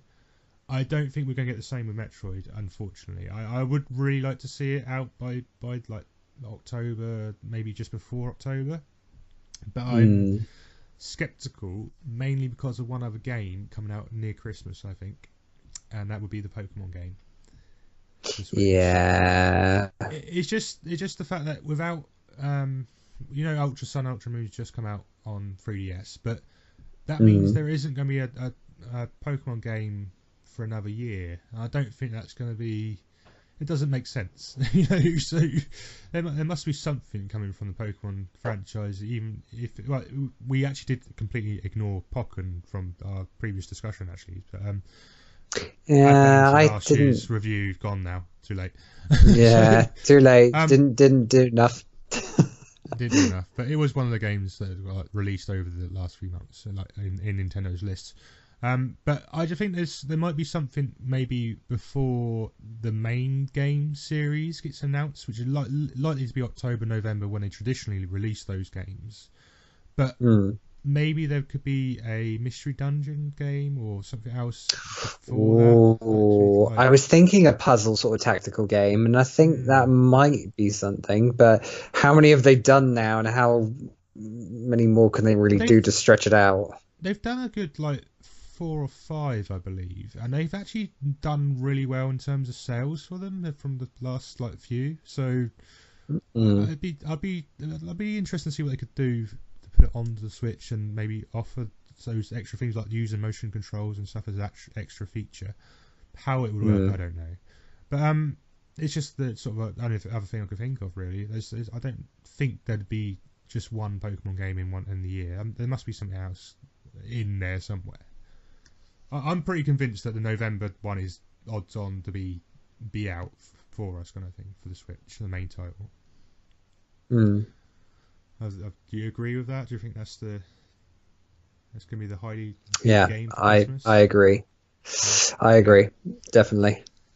Any other thoughts of 2018? What we'd like to see, even if it's like the most obscure thing? A lot of people Matt has said Smash Bros. He's convinced that there's going to be. Yeah, I think a lot of people want to see that. A lot of people want to see it. I think, but whether it'll be a port or a whole new game, I don't know. That's the thing. I think for me, it's a case of if they do port it, what's the price tag like? And will it be a deluxe edition with all the extra DLC, which people have probably already bought for the Wii U version? That's the problem with Smash. Is can you get people to buy everything all over again on there, like Mario Kart? But Mario Kart was a different game because lots of people play that constantly. Whereas Smash Bros is one of those more the competitive players will definitely play it continually, but will the casual audience still be playing it within a few months' time? I'm not so sure myself, but it's one of those. I'd like to see Smash Bros, of course, but I'm still kind of skeptical on that one.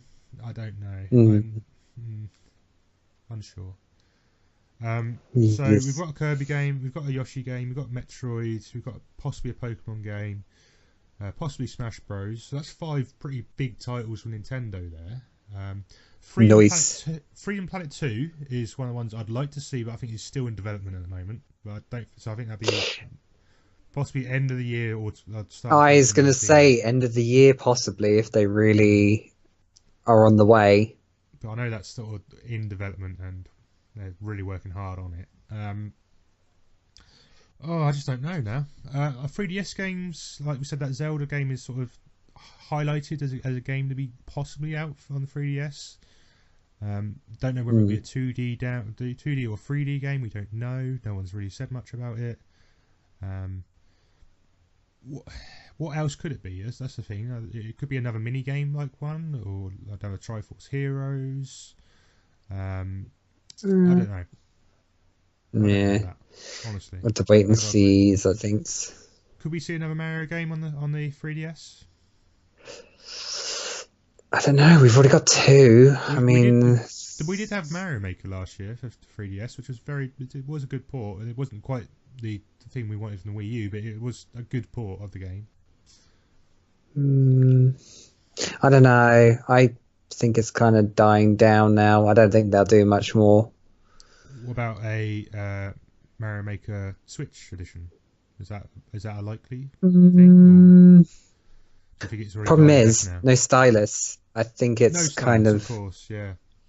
It's kind of tricky. Not unless you go buy. It's a touchscreen. Just you're going to be doing it with your finger, and that's not exactly like you're like I don't know, like you got greasy fingers. Then that's a nightmare. All you little kids down there with your greasy fingers. Sweets away. Don't be touching my clean Switch. Get off you. Get off my Switch. Yeah, man. I'm literally I'm at the bottom of the barrel. A Donkey Kong game, barrels. There you go. Maybe that's something. Yeah, we haven't had a good Donkey Kong game since Deep Tropical Freeze or whatever it was. Freeze was a great game, and shout out to James from Nintendo, Dalagan Ash on Twitter. He still has less followers than I do.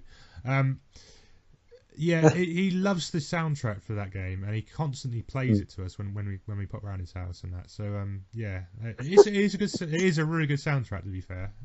But I think if we get a Donkey Kong game, he may just like get a bit too excited. Oh wow, his new icon on Twitter says it all. So yeah, oh god, yeah. That really annoyed me actually, because I saw that, and then the first person commented was Mega G Wolf. I don't know if you know who Mega G Wolf is. He's a YouTuber who mainly main series he does is Sonic hacking games, and I love them. I watch them all the time.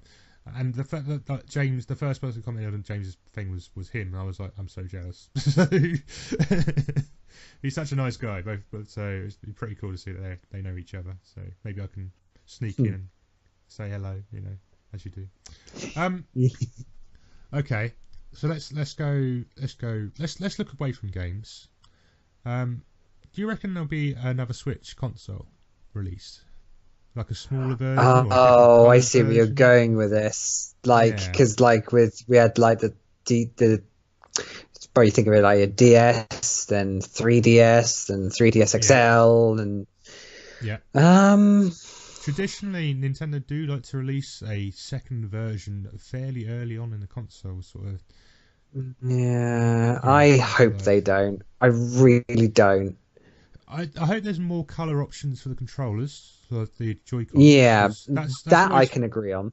It's always like giving that extra sort of look to the console. I think that does make it stand out. I would like to see more colours, though. I must admit, it would be to, there's a lot of good options so far, but I think we'd like to see a few more. I'm really looking forward to the red and blue Bayonetta ones. They look sweet as heck. What I'm really worried about is that they're going to release like a terabyte version. I mean, I've missed out the party somewhere. I would really want a heavy memory version. But what then you can get a blooming SD card. I've got one. I got one over Christmas. I got 28 gigabyte, I think it is. I'll have to double check that in a Mm. minute. But I got one over Christmas, and I put it in, and I just don't know how to put games onto the card. It's just it doesn't really explain how to do it. If I'm honest, I don't know if it's downloaded into the card or downloaded into the console. And my console is currently full up to the brim. I can't fit any more games on there, but I can't seem to work out how to put it onto the card. If anyone can help me out and let me know how to do it properly, at Gordy7789 on Twitter. Thank you. Yeah, so that is something I've invested in, and yeah, I think we're going to need to with the amount of games we want to see more on the console. Maybe. Yes, indeed. Is there anything else in terms of 2018 that you want to see, Sam? What about amiibos? Do you want to see any more amiibos coming out? Or? No, I have too many already. Jeez. You need another shelf. I love them to bits. I had to buy another shelf because I had run out of space. Yeah, I had to buy another bookcase to extend the run. It's a good job you work for that blue box in the city then, isn't it? Yes, the big blue box did offer us a nice offer, so I was like, I will take you up on your very generous offer, and then how is more amiibos? Are you're gonna be picking up the Shovel Knight amiibos for sure? I will most certainly, if I get the opportunity, I will be like a shot.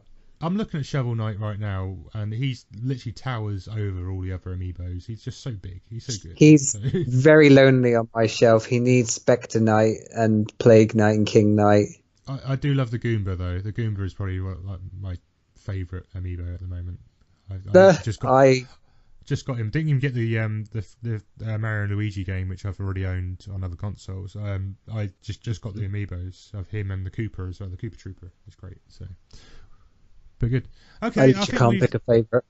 Can't pick a favourite. Oh man, what about your Bayonetta? No. Did you get Bayonetta? Oh, very true. But they're all brilliant. I love their detail and design, and they're just so. Shout out to cool. my friend Chris who gave me the KK Slider amiibo because he's like. You lucky bugger! He just gave it to me. He's so cool. He's got the little car and everything. Oh my god! Yeah.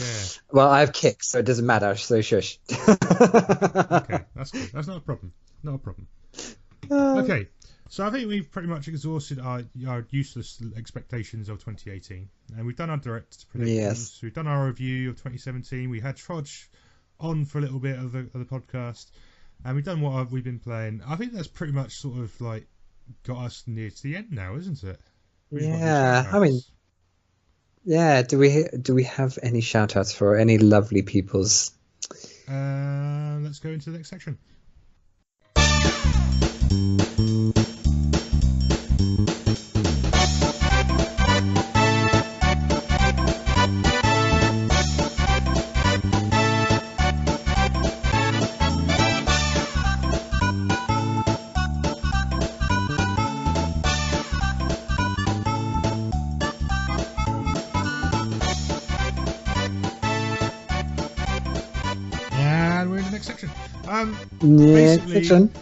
Basically, I've got a couple of shout-outs, if I can remember who they are. Bitmap Bureau, I've mentioned them a few times before. They made 88 Heroes and Ninja Showdown, which are two games released on the Switch fairly recently. They've got a new game coming out, which is fantastic. It's looking fantastic. It's Zeno. What is it called? Well, I can't remember what it's called. I can never remember what it's called. Oh my god! Right, I'm gonna pause this moment and come back to you in 1 second. Xeno Crisis is the name of their game. Xeno Crisis. So Xeno Crisis. I keep calling it Xenoverse or Xenoblade, and I keep winding the guys up. So this is why I keep like getting the name wrong, because I keep winding other people up with the wrong name. So it's basically a game. Have you played the game Smash TV before, Sam? Or have you heard of it? No. It was a co-op game in the 90s. You basically like I don't know what console it was originally released on. I had it on the PlayStation. But you basically it's a top-down view. You go. It was Smash TV was on. You was on a game show, and you're one of 2 players, and you go into each room, and you fight a load of bad guys, and whoever got the most points won prizes and stupid things like that. So you go through each room. You can go whichever direction you want to go. It's like a top-down one, twin stick shooter. So you both one stick to the aim direction, the other one to shoot. And basically, Xenocrisis is a modern version of that game in a way. It's heavily based on that game anyway. It's the thing that's really intriguing about it is they're releasing it for the Sega Mega Drive or Genesis in America and the Dreamcast, which is like okay, that's very odd. And they're even making actual cartridges and stuff for it, so you can play it in those original consoles. But it's also coming to the Nintendo Switch. So I wanted to give them a shout out. Unfortunately, I'm a little bit late because the Kickstarter campaign has run out today, and they have actually already hit their target, hit their goal, like 4 times what their original goal was made. And, wow! Yeah, it will be coming out later on in the year. So yeah, there we go. A whole new game coming from a fantastic developer based here in Southampton. So please give it a check out to it. Check out their other games, and yeah, that's pretty much it for them. Their Twitter handle is bitmap at Bitmap Bureau, which is BITMAPBUREAU. So yeah, go check them out, give them a follow, and say hi from Gorney, and they'll know who you are. So that's cool. Say hi from Gorney. Yeah. We'll give a shout out to Matt. He wanted to say some things to us. I think mainly like Smash Bros. He's looking forward to Fire Emblem new release. He wants to see what that is. We had a little bit of a discussion about a possible Pokemon game. I'm still convinced it's coming. He's not so sure. So we'll have to wait and see who's right. Remember this, people. Let me know that I'm right. Yeah. Okay. And you could just be there at the start. I was right. I was right. And also Smash for Switch is confirmed by Matt apparently. So if he's wrong, send your abuse his way. Matt not telling us something. Is he secretly working for Nintendo? We need people to stalk him. Yeah. Friend Ainsworth MK2, which I gave loads of abuse in the last podcast to, and he wanted more abuse. He sent us a message saying, I'm moving my games room from upstairs to downstairs, but nobody cares about that though. Oh. Well, we care. We care. I hope you have a steady move and you don't like hurt yourself or anything falling downstairs with game consoles. Don't do that. That's stupid. So yeah, cool. Other than that, I think I'm pretty much done for any shout out. Is there anything anyone else you'd like to shout out for, Sam? Anyone recently? I'd probably like give my usual shout outs like Street Pass. Well, I say Street Pass UK is Nintendo UK Players, isn't it? So I always get it. I keep getting it wrong. I keep saying Street Pass. I'm too used to it. Keep saying Street Pass, but Basingstoke as always, because they always they're such an active community, especially. I haven't seen them in a while, so much love to the peeps. Check out the Discord page. You can find it on their Facebook page. Links and stuff in there. But that's Nintendo Basingstoke group on Facebook. Discord page isn't actually quite active at the moment. They've got set days for each game. So if there's something you're really interested in playing, I think Mario Kart Monday is one of the main ones I normally join in with, and Tuesday they play Splatoon. Fridays they're now doing a D&D session. I think they're actively letting people join whenever to sort of join into the adventure. The last I knew, they were doing a Pokemon D&D on the Friday. So I think everyone chose like a different Pokemon, and you work through a game through there. So if you're interested in that sort of thing, check them out. I'm sure they'll be more than willing to accommodate you and welcome you to the group. So nice. Even if you don't know where Basingstoke is, it's fine. They'll still come and join. Yeah, it's fine. Don't worry about it. Oh, that's cool of them. That's really cool of them. Who else? Oh, I tell you what. Here's like a really, really special shout out.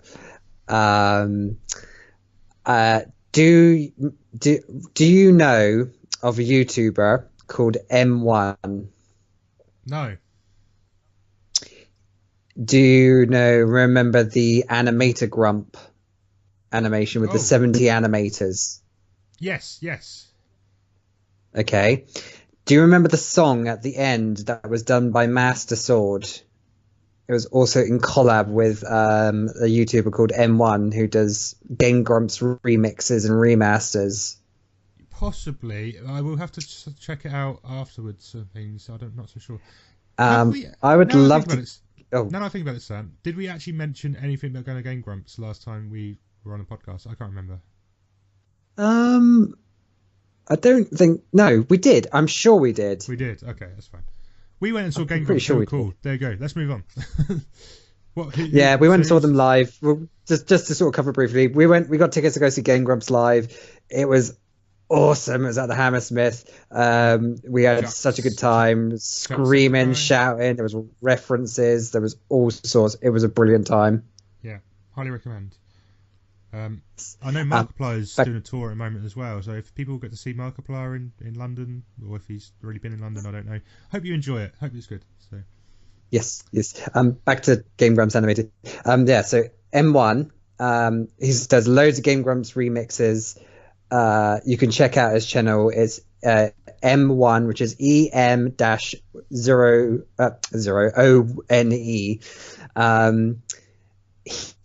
I got to meet him at an event, and he's the coolest guy ever. Just really, really big shout out to him because he was really, really nice. I actually didn't realize who he was at the beginning, and then later on, I was like, oh yeah, that, like, oh shit, because we were just talking. He was like, fair play to him. He doesn't like to. Like, he's actually a really modest guy, and I like fair play to him, but he's super, super awesome. So like, thank you so much to him, and like, you should really go check out his music. It is amazing.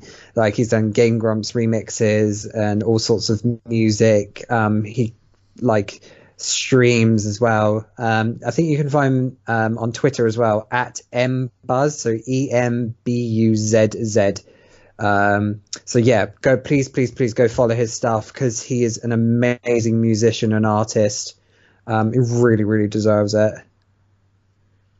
I think that's pretty much most of my shout outs because I don't have too many. Oh no, Sam only gives so many episode. If you really want a shout out from Sam, you've got to be really nice to him. You've got to be really nice to him.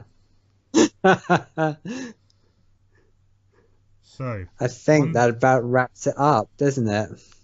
On that note, I think it's time to leave. Oh, sad times. Oh. At least we've kept it below our usual 2-hour rambles. That's it. Yeah, we've done all right today. Okay, so you can check us out at N Podcast System on Twitter, Facebook, on YouTube, on podcasts, on Apple iTunes, whatever it's called now. Keep changing the name. And loads of other places on the internet. Just search for Nintendo Podcast System or N Podcast System. We normally turn up on Google searches and all sorts.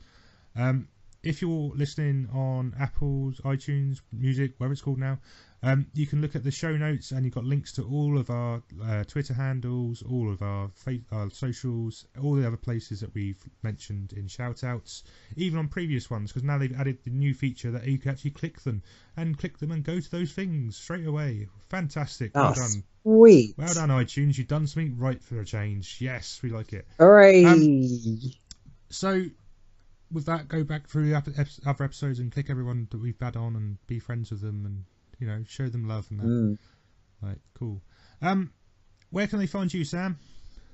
You can find me on Twitter at samspade_UK.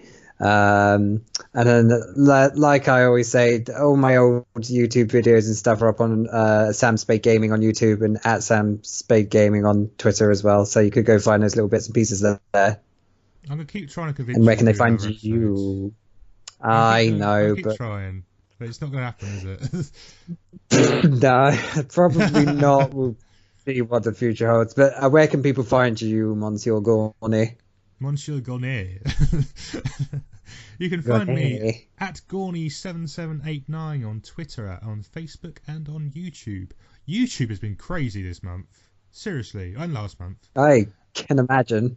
I did a Easter egg Pokemon Go thing for Halloween, end of Halloween. Oh, nice. And it was literally just to show off like the music, that the music was from the previous games, from Red, Blue, and Yellow, and all that jazz, from Lavender Town.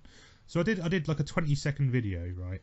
It was literally just quickly record, because I figured you could record from iPhones now directly, so from any app or anything. So I was like, I thought I'd give it a go. I did that. Uploaded it, and it's now on 3,500 views. I don't know why. Oh my god! Oh my word! Wow, that's amazing. Well done. It's crazy. I don't know why. So I'm actually now less than 1,000 views away from 10,000 views altogether on my channel. And I'm like, this is immense. I've also here's the best bit though. I've hit 100 subscribers on the dot. Oh, you legend! Well done. I'm so happy about it. It's done so well, and I've literally done barely anything in the last couple of weeks. So it's just ridiculous. So I will be uploading some more videos very soon. I've got a funny Faster Than Light game playthrough I did. I actually used your name and Mr. Gibbo's name within the game as well, because you can rename the pilots and the crew. So expect to see that very soon, within the next couple. Well, I better not die. I tell you this now. Spoilers. Oh god, darn it! You can't even keep me alive in space. Man, sorry. I'll have to revive you somehow. I'll have to rename you as a space alien or something. I don't know.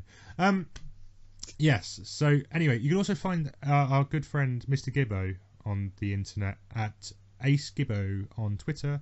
I believe he is the same on YouTube as well.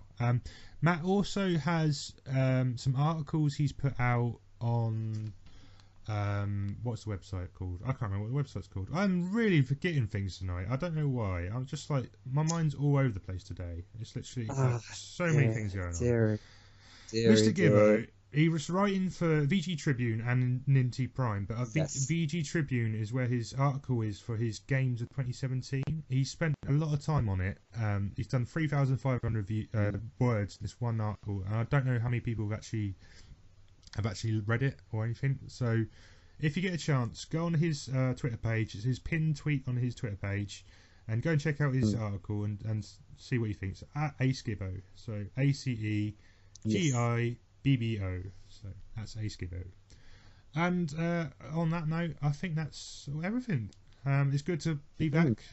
Happy 2018 to everyone. I hope you have a very successful one. I hope you get all the achievements in all the games. I hope you complete everything. I hope you have a very, very fun time and enjoy everything.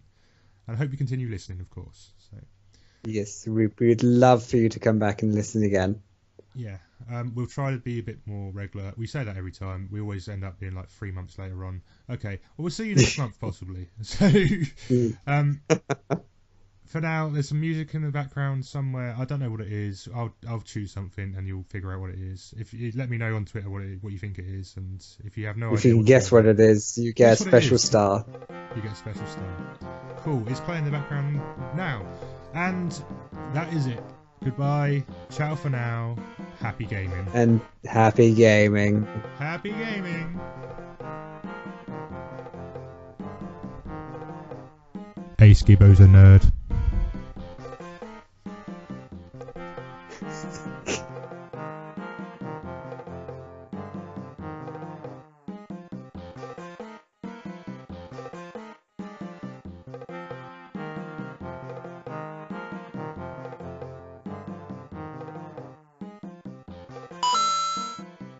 Now recording. Yay. Nice. Yay. I am kind of skeptical about whether my laptop will decide to just turn itself off. So, okay. I've had a couple of problems the last couple of days where I've been playing games and all of a sudden it just decides, nah, I'll just do a reset. So have you been checking the memory and stuff, or? That's probably what it is, to be honest. I need to sort of resort my stuff out, but other than that, I think we should be okay. I think so. I don't think it will actually die. It's just like where it's high memory usage. I've been playing a lot of Civ and stuff, and it's just sort of didn't like it. I don't think so. Oh no! Oh no!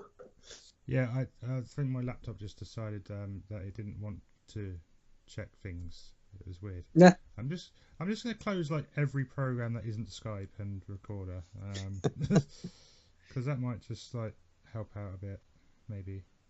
Maybe just a bit. Yeah.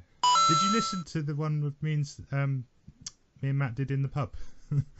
No, I didn't. I shall have to at some point. It didn't actually sound too bad, to be honest. I was expecting it to be a lot worse than it was. So, I don't know if that's a good thing or a bad thing, but... Public places can be tricky. Yes. But it was interesting and it was quite fun, so... Yeah. Okay. Are you ready, Samuel? I'm ready, but before we begin, what is the rundown of this particular podcast? I'm just going to wing it and hope for the best.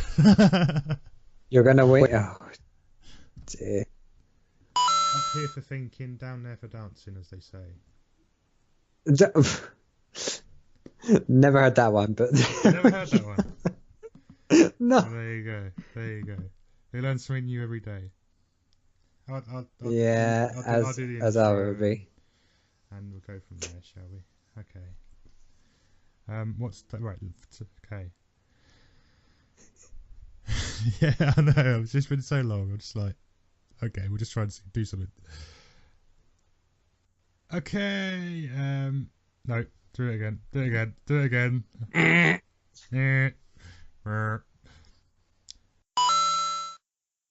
You don't know the